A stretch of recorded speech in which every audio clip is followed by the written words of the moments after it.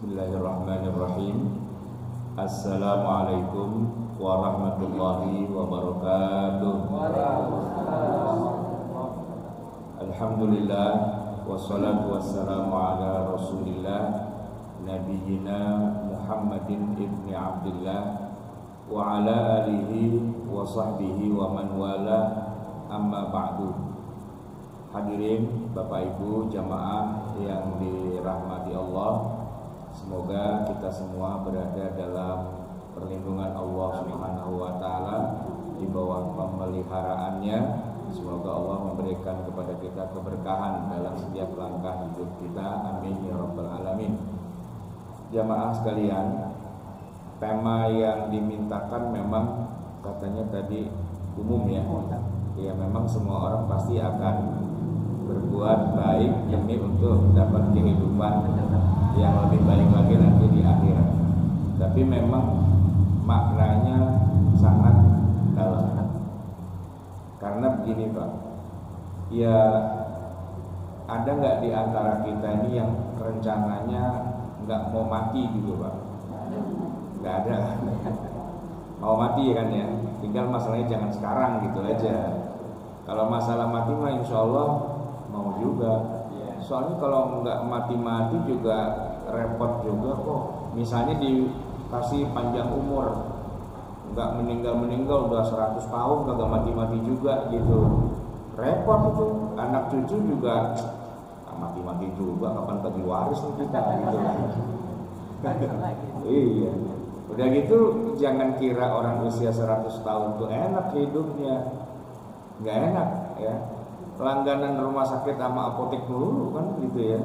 Belum sampai 100 tahun pun kita udah gitu. Mungkin kalau usia 20 yang diomongin tuh warung makan mana yang enak gitu ya. Tapi kalau udah usia 40, 50, berarti udah 60, obrolan tuh kebanyakan apotek mana yang murah gitu ya. Atau rumah sakit mana gitu. Karena memang usia umat Nabi Muhammad itu nggak panjang-panjang. Beda lah kalau kita baca di Quran tuh usianya Nabi Nuh itu kan sampai 950 tahun gitu ya. Kalau kita mah simpel-simpel aja, singkat-singkat aja. Ya Nabi kita itu usia 61 aja sudah wafat. Bukan 63 tapi 61. Kenapa? Ada beda 2 tahun karena ngitungnya pakai ulang tahun bahasa Arab. Orang Arab kan kalau ngitungnya kan Muharram, Safar, Rabiul Awal gitu kan. Nah kalau ngitungnya pakai itu memang 63. Tapi kalau dihitung pakai yang biasanya kita ulang tahun, itu kan pakai Masehi. Itu cuma 61 Bu.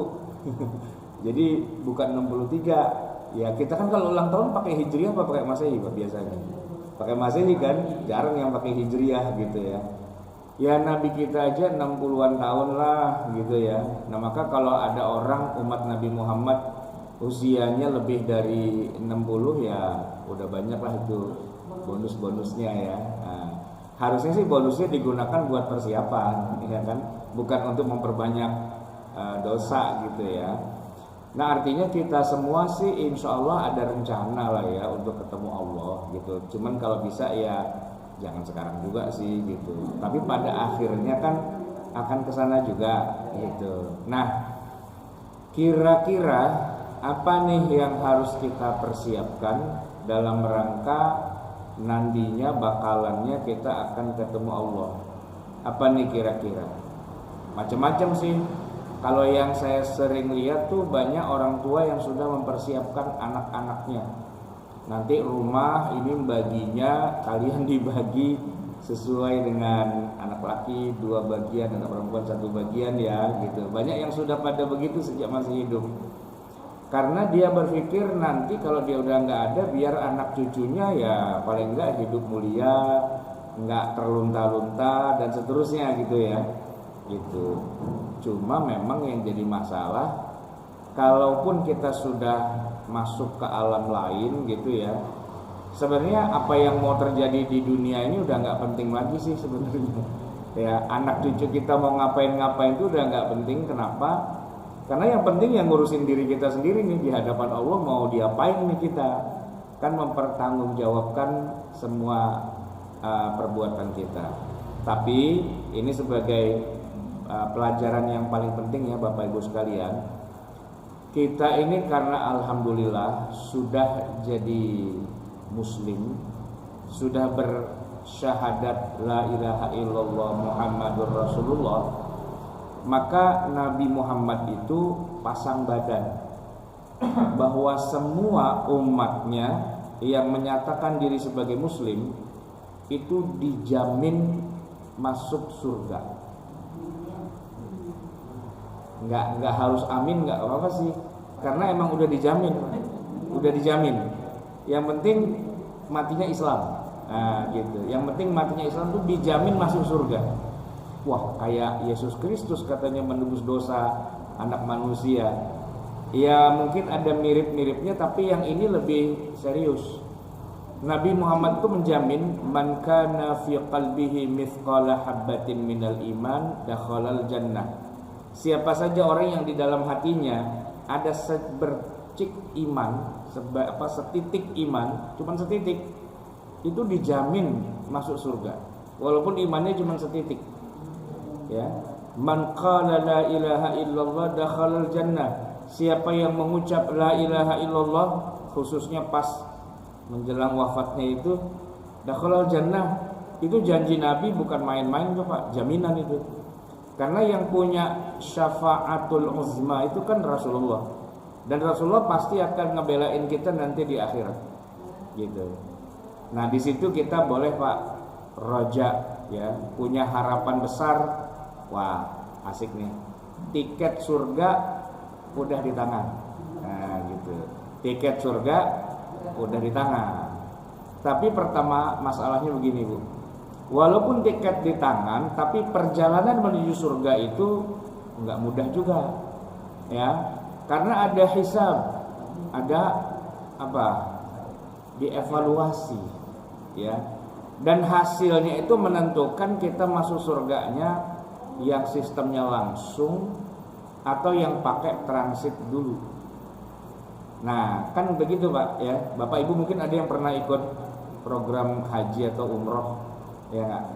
Itu kalau kita naik berarti kan banyakkan amal baiknya. Nah itu direct tuh, langsung ke surga, nggak pakai masuk neraka. Cuman yang jadi masalah kalau amal buruknya lebih banyak daripada amal baiknya. Masuk surga sih, tapi harus mampir dulu nih di neraka, gitu ya.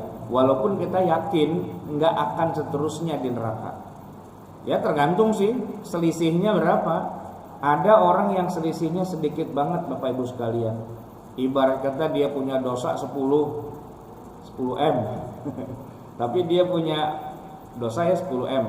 Dia punya pahala itu 999. Udah sedikit banget selisihnya gitu. Kira-kira masuk surga langsung apa mampir neraka? Ya mampir, cuman singkat aja. Pagi masuk nih Bu, siangan dikit mah udah dikeluarin. Ya karena kan dikit. Ya kalau rada gosong-gosong dikit mah wajar lah, namanya juga masuk neraka ya kan. Sangit-sangit dikit wajar. Bawa apa nih, bawa sangit nih gitu. Oh ada lu, dari mana lu? Abis dari neraka mampir doang sih gitu kan. Transit doang sebentar. Itu kalau yang dikit. Nah kalau yang banyak ya banyak, ya lama gitu. Sampai lupa nih kapan ya saya tuh keluarnya gitu, sampai lama. Nah jadi kita punya tiket nih ke surga. Tinggal masalahnya ini tiket direct apa pakai mampir, itu aja masalahnya ya kan. Nah untuk itu maka yang jadi tugas paling dasar kita tuh gimana menstabilkan itu balance antara amal baik dan amal buruk. Dijaga jangan sampai amal buruk itu lebih berat daripada amal baik. Sebenarnya sih kalau kita bisa buka dapur sama malaikat raqib dan atid itu asik Pak. Ya. Malaikat raqib atid kan dia nyatet pahala kita dan nyatet dosa tuh. Bocorin dong. Saya nih gimana nih timbangan amal saya gitu kan. Itu asik tuh, bisa kita atur gitu. Ya dosa segini, ya pahala segini, kejar pahala gitu. Karena kalau dihitung-hitung misalnya meninggal hari ini, ya rada lamaan nih di nerakanya. Kenapa? Karena pahalanya ada sih, banyak juga bahkan. cuman dosanya lebih banyak gitu kan.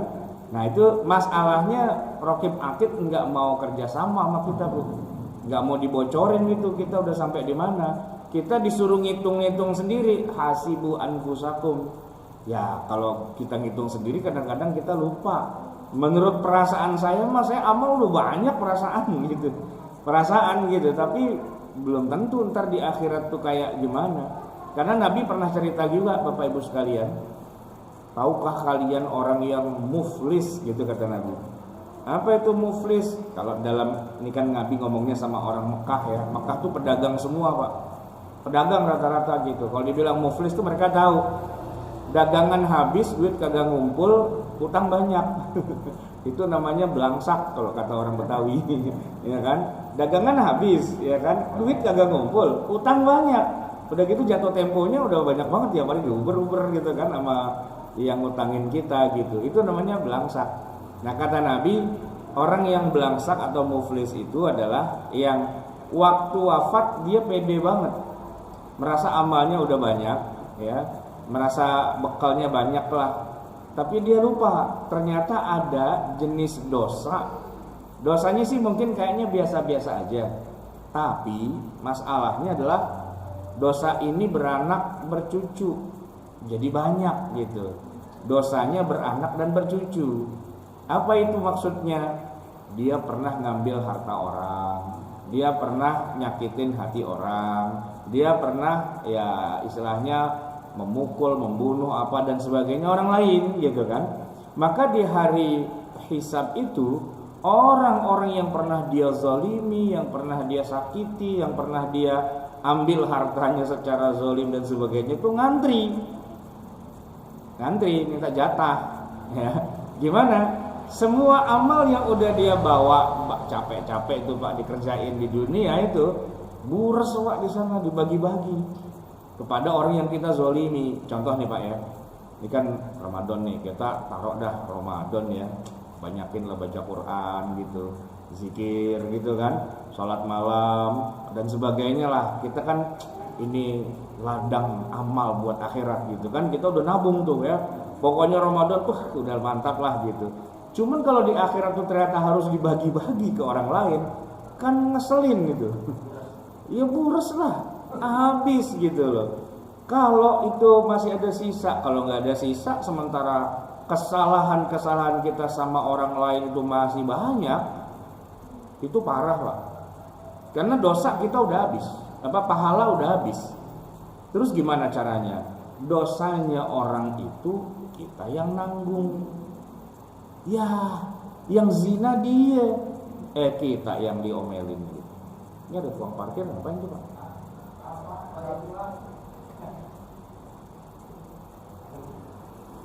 Yang dosa dia Pak, misalnya dia mohon maaf nih, yang durhaka sama orang tua dia. Ya dia kan durhaka lah ya, dosanya kan harusnya dia yang nanggung gitu loh. Cuman karena kita zolimi orang itu, nah dosanya orang itu kita jadi yang nanggung gitu.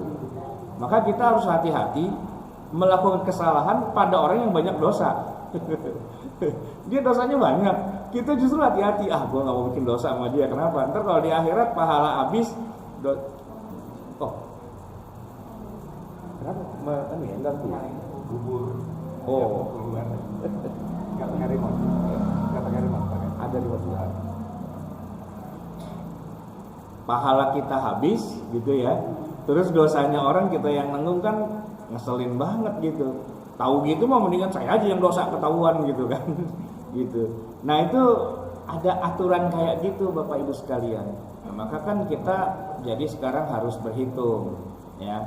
Berhitungnya gini, kalau mau dosa pilih dosa yang sama Allah aja. Ya kan? Jangan pakai dosa sama orang gitu. Soalnya apa? Kalau udah dosa sama orang itu ribet urusannya. Kalau Allah timbang kita minta ampun, timbang kita taubat, cepet. Allah mah nggak ada hitung-hitungan. Tapi kalau manusia, apalagi di akhirat, wah jadi panjang dah urusannya gitu ya. Nah maka kata Nabi orang muflis itu adalah orang yang itu tadi, dia pahala sama Allah banyak gitu. Cuman dosa sama orang antriannya panjang juga itu. Bures dia pahala, dosa orang dia yang tanggung. Makanya kita kan menyebut dengan istilah amal soleh, amal kebaikan pada orang lain. Kalau ya tentu kita harus banyak pahala yang kita beramal sendiri buat Allah gitu ya, sholat gitu, baca Quran, zikir, apa sama Allah mah cincai lah gitu ya, sama Allah cincai. Tapi kalau sama orang lain itu yang susah cincainya. Ya gini Bu, ini saya kebetulan rumah saya daerah Kuningan, Setiabudi. Ya dulu sih kalau ngomongin harga tanah zaman dulu ya, itu masih murah. Tahun saya masih SD tuh paling tanah situ semeter paling ya 50.000, 100.000 dapat gitu. Zaman segitu, makanya bagi waris tahun segitu dapat tanah 500 meter mah biasa-biasa aja, nggak banyak. Kenapa? Harganya murah gitu kan. Bahkan salah satu bibi saya itu, dia waktu bagi waris dia bilang nggak usah dah, saya nggak usah kasih tanah lah, saya nggak butuh katanya gitu. Dia udah punya keluarga, punya suami dan sebagainya, cuman dia bilang bisa nggak saya diberangkatin haji aja, udah saya minta itu aja, berangkat haji Pak, nggak dapet tanah dia. Padahal jatahnya tuh 500 meter setiap anak perempuan, anak laki 1000 meter. Kakek saya tuh waktu itu anaknya ada 18 gitu. Anaknya orang Betawi Bu, ya kan orang situ wajar lah, ya kan. Anak kampung sini gitu ya, anak kampung Akamsi gitu. 1000 meter anak laki, Ibu 1000 meter tuh tahun 70 gak ada harganya Bu. Orang tuh jalanan belok, becek, sawah, empang gak jelas gitu. Sekarang aja Kuningan itu harganya bisa ratusan juta gitu kan. Waktu zaman segitu mah gak ada nilainya. Makanya bule saya encing saya itu bilang, udah saya berangkat haji aja dah. Berangkat haji Bu, ya kan. Berangkat haji itu paling kalau dinilai sekarang paling berapa sih harganya? 40 juta. Padahal kalau 500 meter kalau sekarang tuh berapa duit? Iya, di situ sih macam-macam. Tapi setidak-tidaknya gocap-gocap aja kan laku itu, semeternya 50 juta Bu. Iya kan, 50 juta semeter. Kalau kali 500 kan udah, nah dibandingin sama haji doang, iya kagak ada apa-apanya gitu kan. Artinya tuh value-nya itu kan berubah gitu kan. Di kita zaman sekarang Pak, kita nyakitin hati orang, kita pikir alah udah tinggal gitu doang, sorry gitu kan. Tapi di akhirat itu jadi urusan, karena sama dia dinaikin harganya gitu kan, jadi urusan. Mendingan dari sekarang kita damai dah gitu. Damai itu dalam arti minta keredoannya ya, minta keikhlasannya ya. Kalau ada kurang-kurang, ada apa dan sebagainya, tolong dah jangan sampai dibawa ke akhirat, kan gitu ya. Nah, tapi itu di satu sisi Bu. Tapi di sisi yang lain, kita pun bisa berlaku yang sama pada orang lain. Nih, saya kasih tahu Bu. Kan kadang-kadang kita juga disakitin sama orang Pak, ya kan? Ditipu lah, ya kan? Ditilep gitu, ditimpe, diteken, diperes, diapain kan juga kayak gitu kan. Nah, kita harusnya alhamdulillah. Kenapa? Investasi Bu. Investasi itu. Investasi. Kan kemarin waktu ngomongin waris tuh ada yang nanya ke saya, Pak Ustadz, saya kok merasa diperlakukan tidak adil sama saudara-saudara saya, nggak dikasih saya, dan sekali cuma sedikit banget gitu kan. Nah, ini ada kaitannya dengan cerita Isra Mi'raj. Jadi gini Bapak Ibu sekalian, khusus untuk 5 waktu, Nabi kita itu tidak diperintah lewat jalur seperti biasa, lewat Jibril itu enggak. Padahal Al-Quran 6.236 ayat itu Pak, semuanya nggak ada yang nggak lewat Jibril, pasti lewat Jibril. Perintah-perintah itu datangnya lewat Jibril. 6.000 ayat. Bahkan semua kitab suci samawi, entah itu Injil, Taurat, Zabur dan sebagainya, nggak ada yang nggak lewat Jibril, semua lewat Jibril. Karena memang malaikat Jibril itu tugasnya pembawa wahyu. Allah tuh tidak direct langsung ngomong pada para nabi dan rasul tuh enggak, lewat perantara. Dan perantaranya adalah Jibril alaihissalam, malaikat yang mulia itu, ya. Tapi untuk yang 5 waktu ternyata Allah tidak berkenan titip salam lewat Jibril, enggak. Jibril dilibatkan, cuman tugasnya bukan menyampaikan wahyu, panggilin Muhammad kemari. Maka Nabi Muhammad tuh naik ke Sidratil Muntaha, yang pada sampai di situ Jibril pun nggak boleh masuk juga, suruh nunggu di luar. Nabi aja yang langsung ketemu dengan Allah dan menerima 5 waktu itu tanpa perantara. Nah, makanya Nabi wanti-wanti sama kita. Wanti-wantinya gini, inna awwala ma yuhasabu bihil abdu min amalihi yaumal qiyamati as-shalah. Nanti nih kalian semua begitu menghadap Allah, ya, yang akan diperiksa dari amal kita yang pertama itu 5 waktu. Diperiksanya agak detail. Maksudnya dihitung hari per hari. Terhitung sejak kita mulai masuk usia baligh. Kalau yang laki sejak keluar air mani, kalau perempuan sejak baligh. Hari per hari itu catatannya akan diperiksa semua. Apakah 5 waktunya tuh dicontreng apa enggak? Gitu. Sampai hari dimana kita hembuskan nafas yang terakhir, itu tidak ada yang tidak diperiksa, semua diperiksa satu persatu. Poinnya cuma gini aja, dikerjain apa enggak, itu aja sih. Bukan masalah sholatnya khusyuk apa enggak, gitu bukan. Lama apa enggak bacaannya, atau bacanya kuliah kulhu doang, bukan itu. Yang dicek itu kerjain apa enggak, contreng apa enggak. Nah itu poinnya. Kalau semua terisi, nah Nabi bilang berarti dia langsung surga, nggak ada urusan dengan yang lain-lainnya. Kenapa?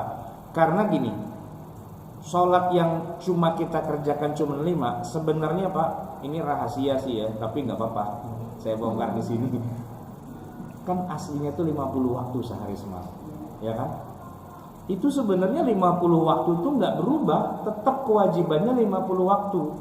Cuman hasil negonya itu Allah kasih bonusnya tuh gini, kerjain 5 saja, maka contrengannya dicontrengin sama malaikat 50.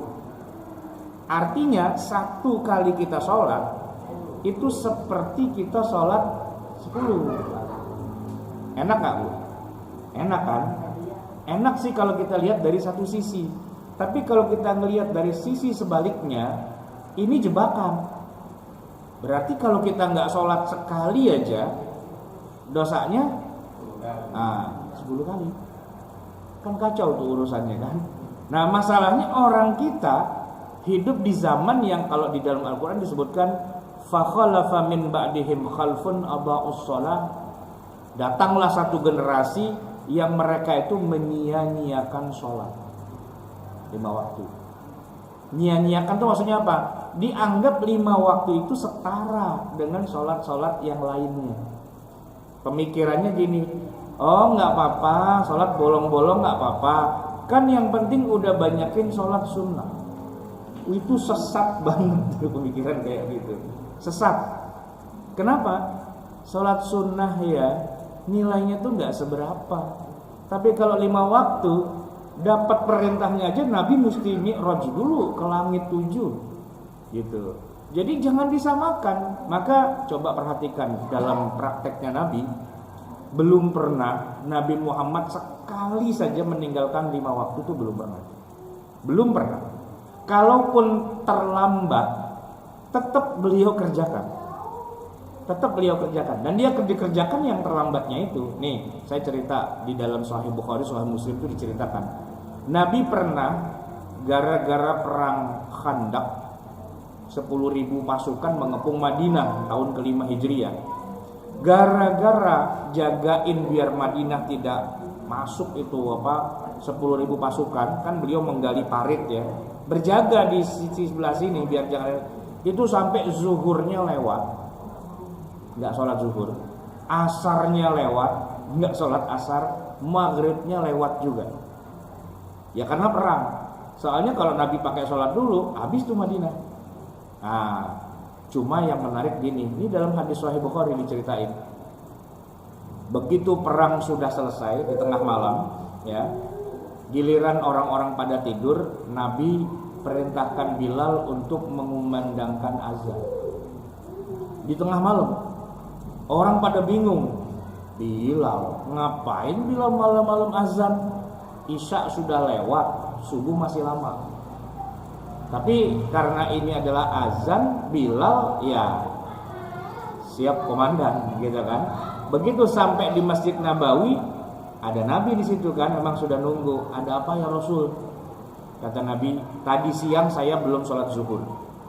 Kalian yang belum pada sholat zuhur, yuk ikut sama saya, kita sholat zuhur berjamaah di masjid ini malam ini juga.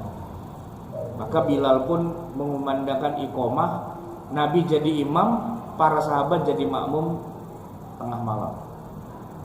Habis selesai zuhurnya, kemudian Nabi bilang sama Bilal, Bilal, qomat. Kali ini yang belum sholat asar, ayo kita sholat asar. Selesai sholat asar, Bilal disuruh qomat lagi untuk sholat maghrib, dan setelah itu yang terakhir sholat isya. Jadi zuhur, asar, maghrib, isya itu dikerjakan tengah malam. Karena siangnya perang, gak sempat mengerjakan. Tapi belum sampai berganti hari pun Nabi sudah segera ganti. Padahal waktunya sudah lewat, gitu kan? Itu hadis sahih itu. Maka jangan ada sampai yang berkata bahwa kalau waktunya sudah lewat udah nggak usah diganti, banyakin aja amal-amal kebaikan. Oh enggak, itu keliru banget, bertentangan dengan hadis sahih Nabi. Ya kalau mau amal kebaikan silahkan, tapi sholatnya jangan ditinggal, karena tetap ditagih nanti di yaumil qiyamah. Sholatnya mana, gitu. Jangan sampai kita jawabnya jadi polos gini. Ya kirain gak usah sholat, kata ustadz itu katanya gak usah, gak apa-apa, ditampol pak kita sama malaikat. Ngaco aja gitu kan. Ya harus tetap dikerjain, nggak bisa enggak. Jangan alasan ya udah banyak banget malaikat, udah ada kali ratusan gitu kan. Ya tetap aja ratusan, ya harus dikerjain, dikerjain. Memang kalau di masa Nabi nggak ada yang sampai meninggalkan sholat beratus-ratus kali sholat, tuh nggak ada ya kan. Tapi Quran kan menceritakan memang akan datang satu zaman di mana generasi berikutnya udah menyia-nyiakan sholat, dianggap bukan kewajiban. Kalau lewat ya dia cengar-cengir doang gitu kan, kagak dikerjain. Itu ada generasi, dan kayaknya sih kita udah berada di zaman yang diceritakan di Quran itu. Fa khalafa min ba'dihim khalfun adha'us shalah wa taba'us syahwat dan seterusnya itu. Nah makanya Nabi juga dapat wahyu ya dari Allah untuk lebih memperjelas masalah ini di dalam surat Al-Muddathir. Di situ ayatnya menceritakan gini. Nanti belum ada nih sekarang, nanti di akhirat penduduk surga yang pada sudah masuk surga duluan tuh pada bingung, karena ada beberapa teman mereka waktu di dunia kok nggak ada di surga. Fi jannati yatasaalun, di dalam surga itu mereka saling bertanya. Ya yatasaalun, mana teman kita, mana teman kita. Ternyata dapat kabar dari Pak RT-nya di surga itu, malaikat di surga. Oh teman kamu nggak ada di sini, dia di neraka gitu. Astagfirullah, kenapa dia bisa masuk neraka? Ada apa? Kata malaikat, kalian di surga ini dapat fasilitas loh. Kalau mau ngobrol sama yang di neraka bisa gitu. Jadi bisa ngezoom lah gitu kira-kira. Nah begitu udah bisa ngomong gitu, yang di neraka ditanya Pak sama yang di surga, masalakakum fi saqar, itu gara-gara apa kok kalian bisa nyemplung ke neraka sakor itu? Jawabannya Pak, qalu, mereka menjawab, lam naku minal musalli, kita termasuk orang yang tidak sholat. Lah bukannya lu sering sholat? Iya sih, cuman nggak 5 waktu, sholatnya sewaktu-waktu. Sewaktu lagi menghadap calon mertua, rajin sholat. Sewaktu lagi mau ngelamar kerjaan, rajin sholat. Sewaktu dikejar-kejar KPK, rajin sholat. Begitu ada yang namanya undangan gitu ya, pernikahan, resepsi, walimahan. Kan walimahan kita Pak, itu kan biasanya habis sholat maghrib itu ya, jam 7 lah gitu kan. Ya kalau kita sih sebagai tamu undangan mungkin ya kita sholat maghrib dulu baru kondangan. Nah kalau pengantennya ya dia pakein bedaknya kan dari jam 2 siang gitu, ya kan. Kalau dia haid sih nggak apa-apa. Nah kalau dia kagak haid, masa cuman gara-gara resepsi dia kagak sholat gitu kan. Udah gitu ngajarinnya nggak bener lagi. Nggak apa-apa, yang penting banyakin aja amal soleh gitu kan. Nggak bisa, nggak boleh gitu ya, kecuali kalau misalnya resepsinya di Bandung, nah gitu kan. Terus kita jadi musafir, kita bisa jamak lah. Oh, resepsi di Jakarta, rumah di Jakarta, nggak bisa dijamak juga, ya kan? Ya maka itu harus diperhatikan hal-hal kayak gitunya. Jangan sampai cuman gara-gara urusan resepsi kita jadi nggak sholat. Ya kalau masalah sholat mah asalkan dikerjakan aja di waktunya itu sudah aman. Nggak harus sih misalnya kita nih yang bapak-bapak, apakah harus tiap waktu berjamaah di masjid begitu dengan azan langsung loncat? Ya nggak juga. Nggak harus kayak gitu juga. Itu kan kalau mau dapat pahala yang banyak, yang 27 derajat gitu kan. Tapi kalau kayak kita nih yang ada kesibukan lah, ada banyak urusan dan sebagainya, setidak-tidaknya sholat itu tetap dikerjakan. Walaupun mungkin waktunya nggak di awal waktu, it's okay. Walaupun misalnya nggak berjamaah di masjid, it's okay. Yang penting itu terisi, contrengannya itu terisi gitu kan.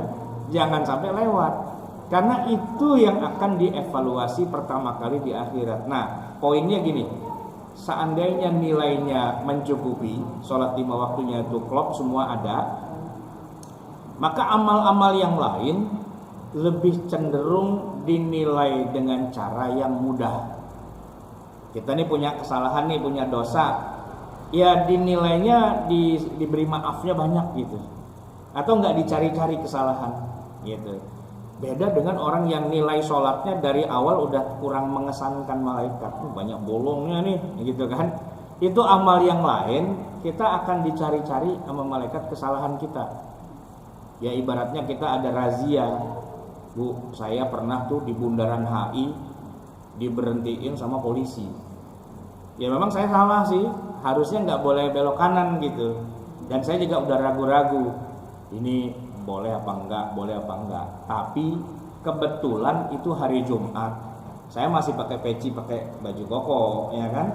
Begitu saya disuruh minggir, saya buka kaca jendela, Pak polisnya langsung assalamualaikum Pak Ustadz, langsung gitu.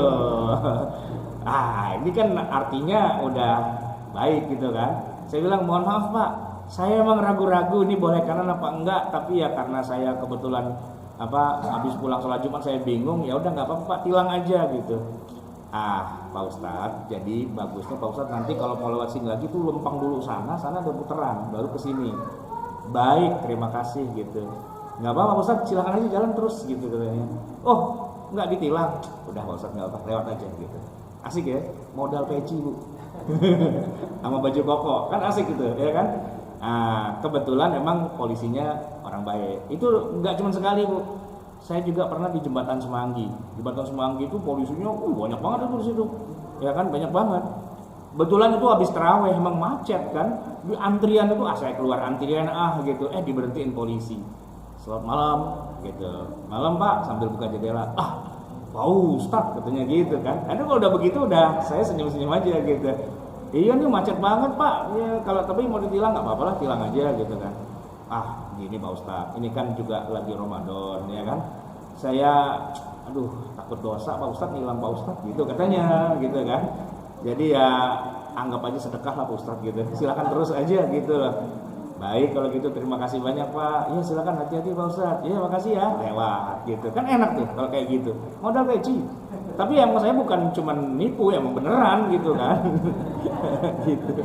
Tapi teman saya ada tuh sampai tutup pentil itu di Uber itu. Enggak, jadi ceritanya waktu Covid kemarin tuh, awal-awal Covid, saya lewat Kolong Semanggi itu. Udah lewat udah jauh, dikejar sama polisi itu. Bukan mau ceramah emang, jadi nggak pakai peci, cuma pakai kaos doang. Gitu. Ceritanya nih mobil saya masih baru Bu, masih yang platnya masih putih itu loh.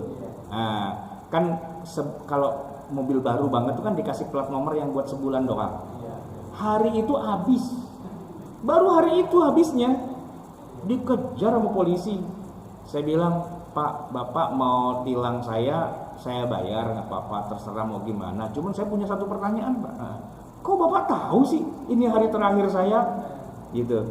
Tahu lah, kan saya polisi udah lama katanya gitu. Ya bukan, ini kan sebulan nih batas plat nomornya. Ini hari terakhir kok Bapak tahu itu? Ya kita udah, mata kita jeli dalam begini-begini katanya. Dijawab gitu. Tapi gini Pak, kan saya udah ketilang nih, ntar saya pulang lewat sini lagi gimana? Nah sebaiknya jangan lewat sini, ntar kena lagi katanya. Muter aja sama lewat Mampang gitu kan. Dikasih tahu Pak. Jadi itu polisi kalau dia mau cari kesalahan kita ketemu Pak. Tutup pentil, kotak P3K, minyak angin ada apa enggak, kalau mau dicari ketemu kesalahannya. Cuman kalau dia pengen kita dikasih lewat, kasih lewat, tergantung kan. Nah malaikat di akhirat gitu juga. Cuman jadi baik apa enggak baiknya dari 5 waktunya dulu. Itu 5 waktunya beres apa enggak.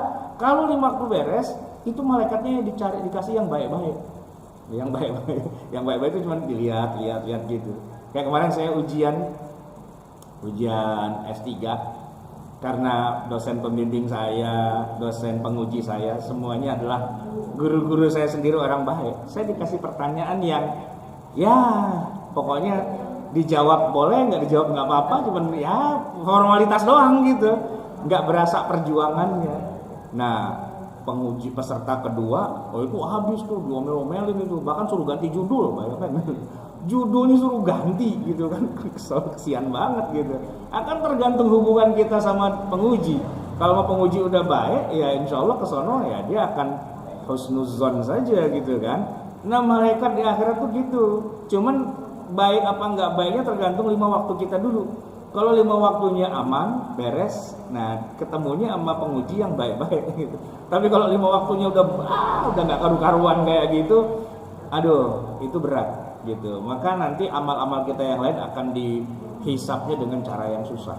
Nah jadi pesan saya sih cuma satu sih, 5 waktu jangan sampai berantakan gitu ya. Sama orang lain jangan banyak urusan gitu aja. 2 itu, jaga sholat, jaga urusan sama orang lain. Semoga kita nanti nggak usah pakai mampir ke neraka, langsung aja direct flight, langsung surga gitu. Begitu nyampe, ente mah aman lah, lempeng tuh surga, tinggal belok kanan doang gitu kan, lebih enak.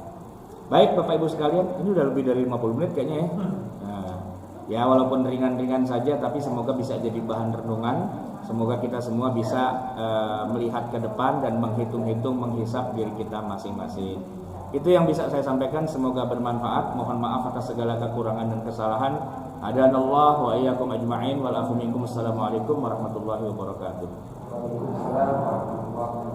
Alhamdulillah, terima kasih pada kita para muslimah telah menyampaikan pokok pikiran tentang tema yang kita angkat pada hari ini. Banyak tadi yang kemudian Bapak rahasia-rahasia yang diberikan kepada kita. Nah, itu yang kalau memang mau berhasil selamat dunia akhirat ya, selamat dalam dunia itu saja. Yang membuat baik pada orang. Kalau saya kira agak orang apa yang sama Allah cuma 2 hari.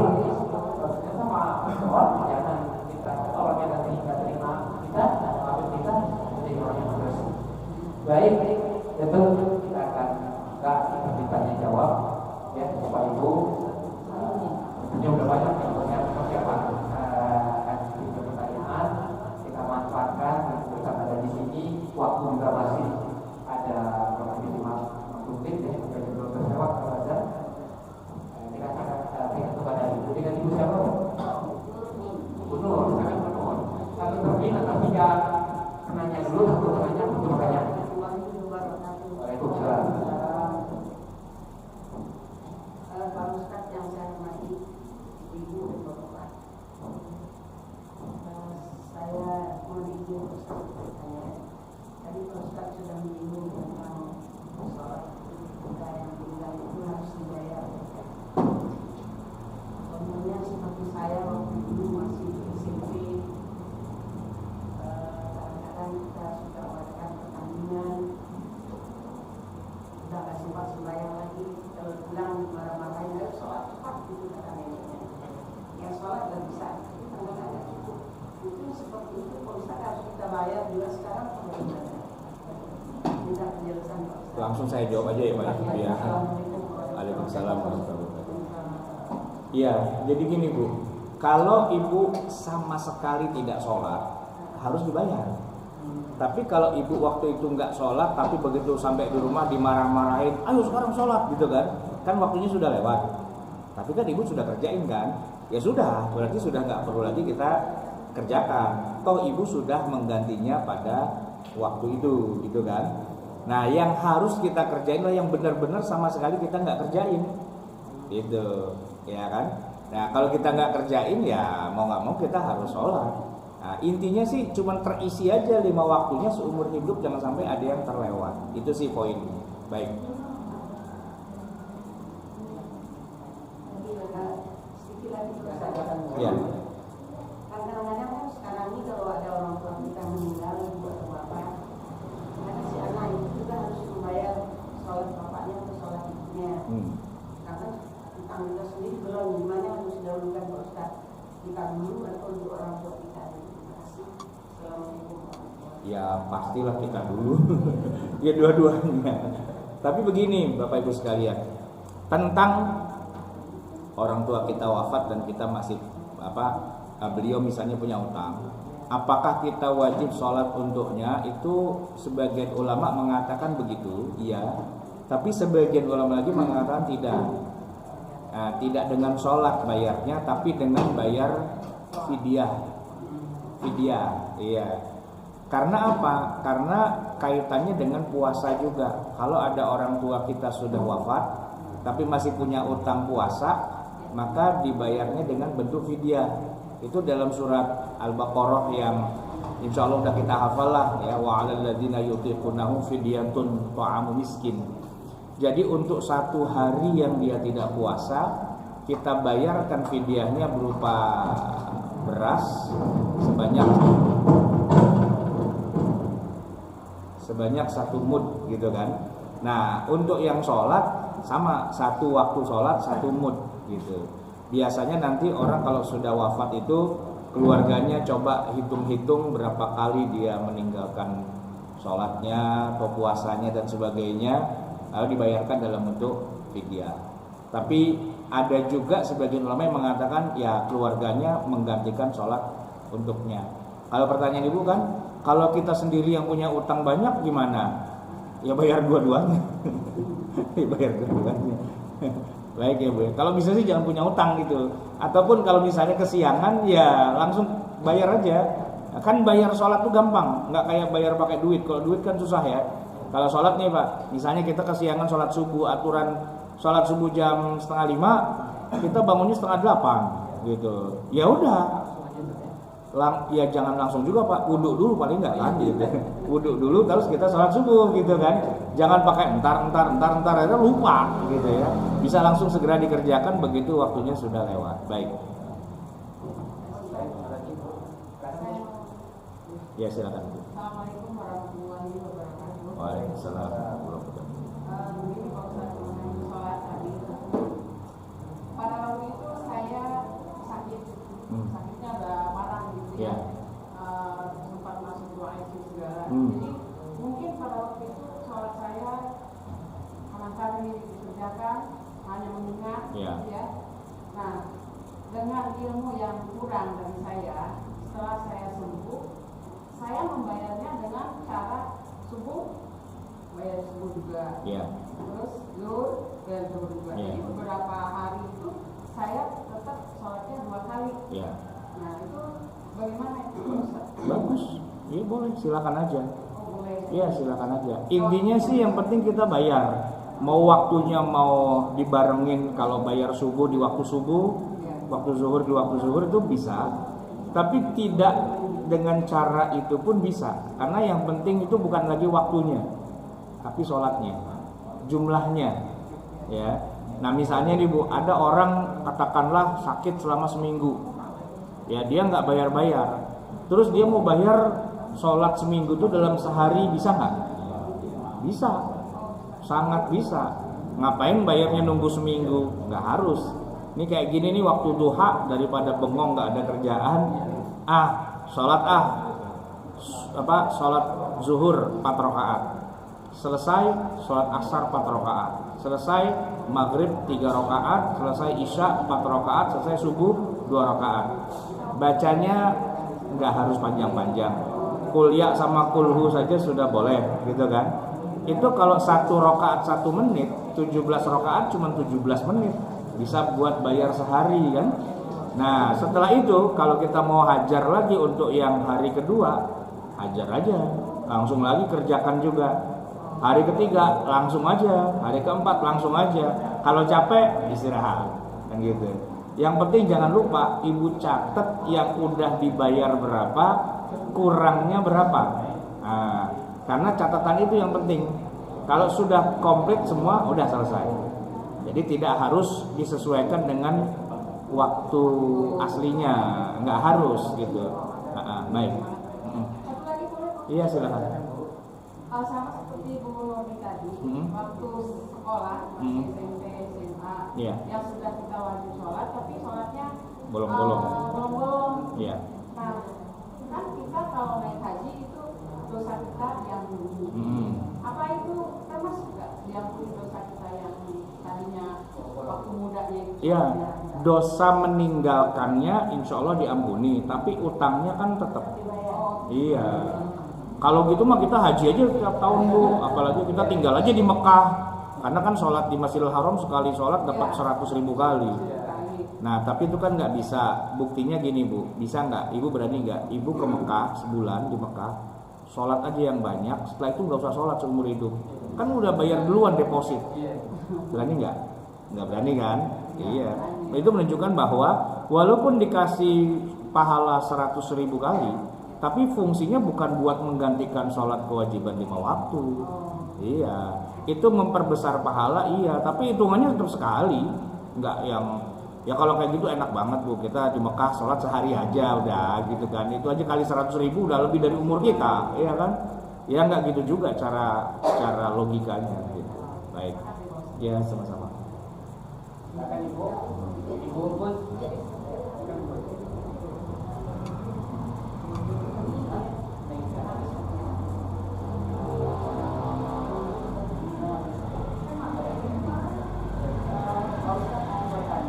Iya, sih. dengan sholat. Ya.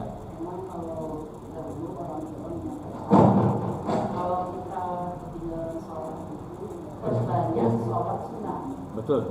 Nah, jadi bukan menggantikan, istilahnya membayar gitu. Iya. Nah kalau memang mengatakan demikian supaya kita lebih yakin lagi, adalah hadisnya kemudian dalam Al-Quran ada nggak gitu loh Ustaz? Karena karena selama ini saya melakukannya begitu, jadi sunat diperbanyak gitu. Duhanya bukan 2 rakaat, 8 rakaat kita bikin 2. Nah itu juga demikian, bukan 2 rakaat. Ya. Karena apa kita ingat waktu kita dahulu SMP, ya sekolah dulu itu kuliah apalagi ya kan, nggak banyak tinggal gitu. Nah jadi kita menyampaikan ke anak cucu kita juga, kita punya di bahannya. Jadi tidak hanya sampaikan kamu sholat bina, habis asar nanti asar lagi. Dulu pernah ditinggalkan kan begitu Ustaz. Apa ininya mah? Kita nggak tahu Bu gimana jawabannya. Jadi terima kasih Ustaz. Ya. Sebenarnya tadi kan saya sudah ceritakan Bu, itu hadisnya Sahih Bukhari, Sahih Muslim. Nabi itu pernah meninggalkan sholat, pernah. Tapi bukan yang kayak kita tadi anak SMP yang masa bodoh amat gitu kan. Enggak, itu karena perang. Ya kan? Karena mempertahankan nyawa. Tapi apa yang dilakukan oleh Nabi? Apakah beliau memperbanyak sholat duha jadi 8 rakaat? Enggak. Justru yang mengatakan seperti itu saya tanya balik, mana dalil Anda yang mengatakan dengan memperbanyak sholat sunnah akan menutup? Dalilnya mana? Mana ayatnya, mana hadisnya? Pernahkah Rasulullah memperbanyak sholat sunnah gara-gara beliau meninggalkan sholat fardu? Sebutin satu aja, nggak usah yang sahih deh, yang doif. Nggak ada. Ngarang itu orang, tapi entah gimana karangannya menyebar di mana-mana. Ngarang itu. Rasulullah pernah meninggalkan sholat, tapi ketika beliau menggantinya ya dengan sholat yang sama tengah malam, itu hadis Sahih Bukhari, Sahih Muslim, ya kan? Pernah nggak Nabi meninggalkan sholat subuh? Pernah. Perang juga. Ini perang tahun ke-7, pulang dari perang Khaybar. Ceritanya emang rada-rada lucu. Kan malam perjalanan menuju ke Madinah itu, para sahabat sebagiannya udah pada teler, udah pada capek seharian perang dan sebagainya. Terus usul pada Nabi begini, ya Rasul, gimana kalau kita istirahat dulu, ini udah dikit lagi subuh. Kata Nabi, jangan sekarang, tungguin subuh aja dulu biar kita bisa sholat subuh baru kita istirahat. Tapi Bilal bilang, ya Rasul udah pada capek banget kesian, urusan subuh serahin sama saya. Kata Bilal begitu. Nah udah, Nabi tidur, para sahabat tidur, semua tidur. Bilal aturannya dia jangan tidur. Ya dia tidur juga ujung-ujungnya. Dan tidak bangun kecuali sudah matahari di atas kepala. Dan yang bangun duluan Nabi. Begitu Nabi bangun, astagfirullah, udah lewat ini subuhnya kan. Dia cari tuh Bilal, Bilal bangun. Katanya mau jagain kita, malah dia tidur kan. Bilal bingung, dia belum pernah kesiangan subuh kan, seumur-umur baru kali itu doang. Terus sama Nabi disuruh azan. Bilal kan belum ngumpul nyawanya itu. Azan apaan ya Rasul gitu kan. Ya azan subuh, mau azan apa lagi? Azan subuh di bawah terik matahari.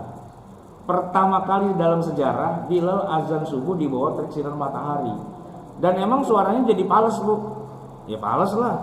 Orang dia bilang as-salatu khairum minan naum gitu kan.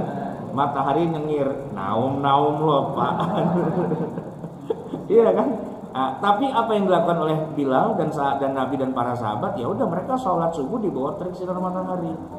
Apakah Nabi memperbanyak sholat duha? Enggak. Jadi 20 kali gitu. Saya bilang gini, coba cariin hadis palsu deh ya tentang itu. Enggak ada juga, bahkan yang palsu pun enggak ada. Sementara kalau Nabi sholat subuh di bawah terik matahari, itu Sahih Bukhari, Sahih Muslim gitu. Jadi kalau ditanya mana dalilnya, ya itu baca segede gajah itu. Cuman masalahnya enggak kelihatan di pelupuk mata masalahnya kan. Yang diuber-uber sholat sunnah aja gitu kan. Bukan, sholat fardunya diganti dulu. Setelah itu perbanyak sholat sunnah. Bu, saya kasih tahu nih, ibu misalnya haid bulan Ramadan. Ya. Haid bulan Ramadan berapa hari nih? Misalnya 3 hari. Bu. Ya seminggu lah misalnya. Kan 3 hari kan sebelumnya udah haid dulu, masuk Ramadan tuh cuma dapat 3 hari gitu kan. Oke lah seminggu misalnya. Seminggu. Bu, ibu perbanyak Senin Kemis apa ibu kodok? Dua-duanya kan. Kodoknya dulu abisin ya kan. Senin Kemis jalan. Ada yang berani nggak? Nggak usah lah di kodok-kodok itu. Yang penting Senin Kemisnya aja banyakin. Gimana? Berani nggak? Kalian bayar Iya kalau sekalian bayar kan judulnya sekalian bayar. Niatnya ya Allah saya mau kodok sekalian Senin Kemis kan gitu kan. Tapi ini enggak saya nggak niat kodok nggak penting. Yang penting Senin Kemis doang. Berani nggak kayak gitu? Nggak berani kan?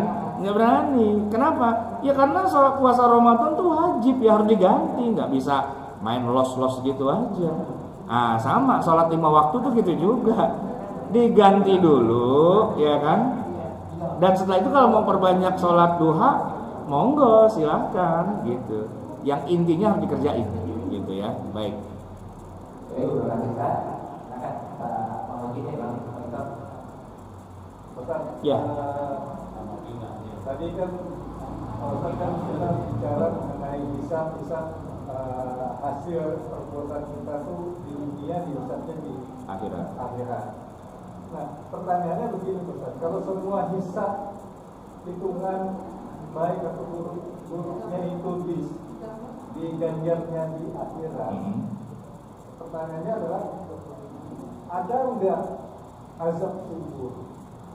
Oh iya. Karena kan kita dihisab tuh di sana. Iya. Di kuburan ngapain gitu? Iya. Baik. Ini pertanyaan penting banget nih. Ibu-ibu bisa jawab nggak kira-kira? Kan katanya azab itu nanti di akhirat. Nah, kalau di akhirat itu kan nanti setelah kiamat, gitu kan? Kalau kita mati di kuburan, kita diazab juga apa enggak? Ya kan di akhirat nanti. Di akhirat di sana di kuburan. Kan pada akhirnya dulu silakan. Biar diskusinya hidup ya. Ya. Ntar dulu belum dijawab nih Bu. Belum dijawab. Jadi saya jawab dulu ya.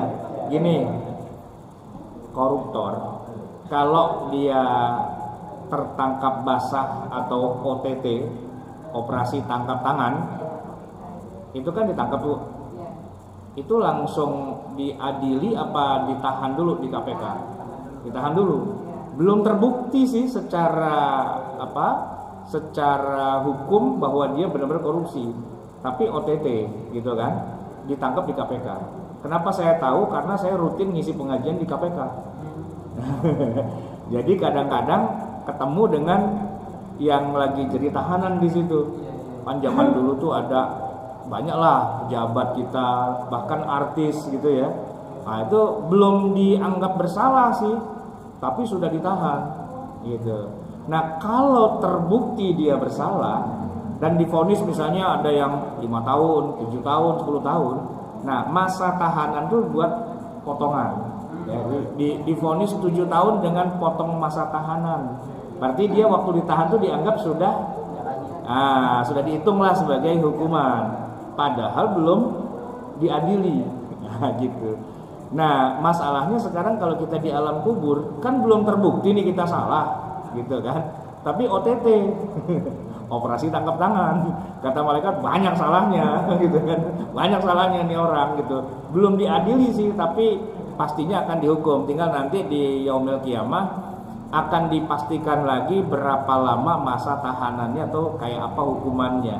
Boleh jadi kata pengadilan di akhirat itu karena di kuburnya sudah dihukum, maka di akhiratnya sudah habis gitu, udah impas gitu misalnya. Oh ya alhamdulillah gitu kan. Nah itu kalau yang siksa kubur. Tapi bagaimana dengan nikmat kubur? Nah kubur itu ada dua, ada siksa, ada nikmat juga. Apakah akan dikurangi surganya? Enggak gitu. Dan di kubur itu memang alamnya kan bukan alam akhirat banget, tapi juga bukan alam dunia. Orang menyebutnya kuburan itu adalah alam barzakh. Barzakh itu batas. Akhirat bukan, dunia juga bukan. Dan termasuk alam yang paling gaib. Saking gaibnya banyak yang gak percaya adanya alam kubur itu. Saking gaibnya. Dan memang agak susah juga menjelaskannya. Karena gini, kalau ada jenazah dikuburin, kan dia mati ya, mati kan. Cuman kenapa kalau kita ziarah kubur, kita disuruh setidak-tidaknya mendoakan atau setidak-tidaknya ngucapin salam. Assalamualaikum ya ahlal kubur gitu kan. Katanya udah mati, kenapa kok kita bisa ajak ngomong? Emang dia denger? Emang dia nyaut? Jawabannya kan dia denger, dia nyaut. Jangan dikira Bu kalau kita bilang assalamualaikum, dia nggak denger, dia diam aja. Dia jawab sebenarnya. Dia jawab, cuman suara jawabannya kita nggak dengar. Kalau sampai kita dengar, kita pulang. Ya dia jawab lagi gitu kan. Nah, gitu. Nah, ini emang alam gaib nih, alam kubur nih. Kalau masuk bicara alam kubur ya kan. Nah kata sebagian ulama, alam barzah itu unik. Dari sono bisa ngelihat ke sini, bisa denger. Cuman dari sini nggak bisa lihat ke sono, nggak bisa denger juga. Gitu. Tapi dari sono bisa lihat ke sini. Nah makanya kalau kita ziarah kubur, orang tua kita tuh girang karena merasa didatengin. Walaupun dia nggak bisa meluk, dia nggak bisa apa. Sebab kalau kita datang kuburan terus kita dipeluk, kita berasa dipeluk, kita pulang, gitu kan? Aduh parah nih gitu kan? Apalagi dia bilang, woi kalau lama nggak datang ziarah, kapan nyusul? Ya nggak jadi gitu kan? Nah, alam kubur itu kalau ada siksa, ya kan, itu semacam bonus dikasih duluan walaupun belum diadili terbukti. Tapi kalaupun nanti ternyata dia banyak diampuni di akhiratnya, ya yang alam kubur itu udah dianggap sebagai bagian dari siksaan, jadi dikurangi potong masa tahanan gitu kan. Nah sedangkan kalau itu alam kubur itu adalah kenikmatan yang sifatnya surgawi, belum di surga, tapi di situ dia sudah kayak surga tapi bukan surga gitu. Diperlihatkan nanti surganya akan begini. Dia hidup di alam lain yang lebih baik daripada alam dunia. Maka doa kita tuh lucu. Yang kadang-kadang saya juga, aduh gimana ya. Ini sholat jenazah Pak. Wa abdil hudaran khairan min darihi. Gantikanlah rumahnya dia yang lebih baik dari rumahnya yang sekarang di alam kubur. Nah kalau masih itu masih asik Pak. Tapi kalau dia udah sampai pada kata wa zaujan khairan min zaujihi, itu bininya merengut. Ya Allah berikanlah dia istri yang lebih baik dari istrinya yang sekarang gitu. Bininya merengut. Makanya kalau doa buat orang meninggal itu ada-ada aja. Allah wa abdil hudaran khairan min darihi wa zaujan khairan min zaujihi. Bininya merengut, ya digantiin nama yang lebih bagus di sono. Nah kayak gitu. Artinya itu kehidupannya kayak surga tapi bukan surga. Kayak dunia tapi bukan dunia. Namanya barzakh. Di antara dua dunia itu. Kapan, berapa lama? Ya sampai kiamat kan. Cuman saya ragu-ragunya gini Pak. Ini alam kubur ini, jangan-jangan waktunya pun relatif. Waktunya relatif. Karena gini, orang kalau misalnya meninggalnya dari zaman Nabi Adam sampai ke hari kiamat berapa ribu tahun dia? Lama banget kan? Nah gitu. Nah dia nunggunya di kuburan lama banget gitu kan. Bahkan semua orang akan lebih lama hidupnya dikubur daripada di dunia. Misalnya nih kiamat nanti tahun 2500 dah misalnya gitu. Terus orang yang hidup zaman sekarang kan pada mati nih tahun sekarang 2000 berapa nih sekarang 2023. Ya taruhlah 2100 dah kita meninggalnya gitu kan, masih 100 tahun lagi gitu misalnya kan. Anggap. Tapi ke 2500 kan 400 tahun. Lamaan mana kita di dunia sama di alam kubur? Lamaan di alam kubur dong, ya enggak? Nah, pertanyaannya, berarti kalau lamaan di alam kubur kita ngapain aja di situ? Nah, itu belum ada akhirat yang dalam arti hisab dan sebagainya, tapi bakalannya kayak apa di alam kubur itu udah kegambar. Bakalan ke neraka, bakalan ke surga, dan walaupun belum dibuktikan secara hisab di yaumil kiamah. Ya namanya juga malaikat kerjaannya pasti bagus lah gitu. Kalau bakalnya ke neraka ya di kuburan dulu dikasih dulu istilahnya kalau bahasa kita itu spoilernya tuh dikasih duluan gitu. Spoiler. Bocorannya kira-kira begitu ya kan. Tapi itu sekali lagi itu alam gaib, dalam arti kita nggak banyak tahu tentang hal itu. Kita kalau surga lebih banyak tahunya karena di Quran ngomongin surga banyak banget. Neraka kita juga tahu banget. Tapi kalau alam barzakh, alam kubur, bahkan sebagian umat Islam yang tidak percaya siksa kubur malah ada gitu kan. Karena informasi tentang alam kubur itu sangat sedikit di dalam Quran atau di dalam hadis itu sangat sedikit. Kan paling-paling Nabi pernah bilang begini. Ini yang di kuburan lagi nangis-nangis, terus Nabi tancepin pohon ya kan. Yang satu tukang adu domba, yang satu nggak bersih waktu cebok, misalnya gitu kan. Cuman gitu doang gitu, sedikit-sedikit aja informasi tentang alam kuburnya. Tapi kalau surga di dalamnya nanti ada sungai Khomer, sungai susu, sungai madu, sungai apa, di Quran berkali-kali itu disebutkan. Cuman kalau alam kubur tuh hampir nggak ada gitu. Nah itu emang unik sekali gitu ya. Pertanyaannya tentang alam kubur masalahnya itu, ya. Jadi saya juga bingung jawabnya gimana.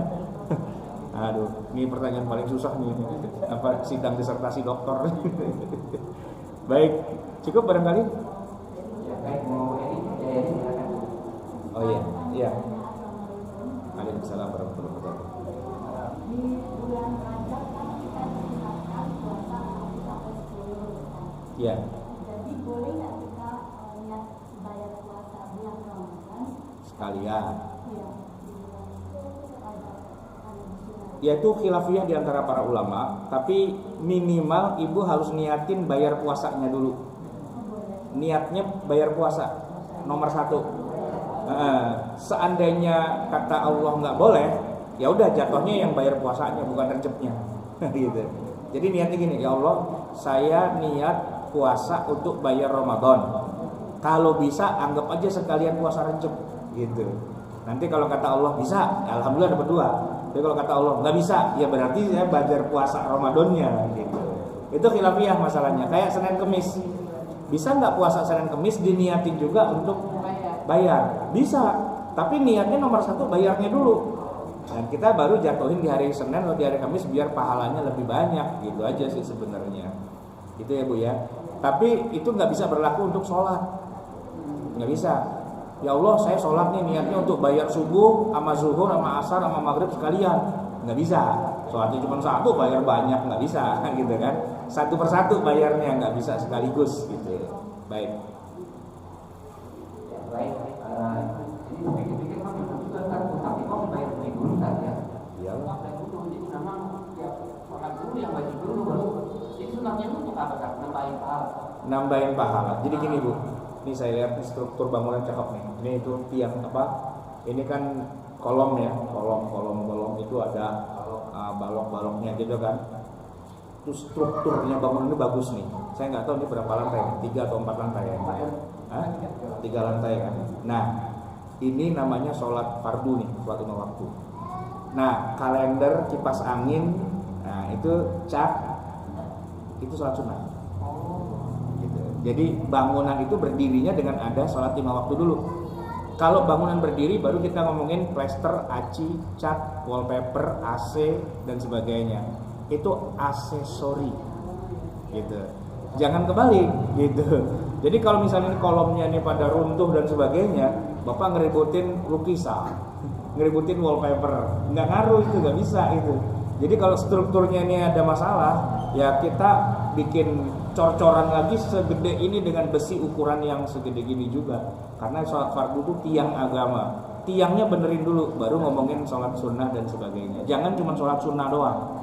Tapi sholat sunnah penting Bu, karena bangunan kalau cuma begini doang nggak enak juga, ya kan?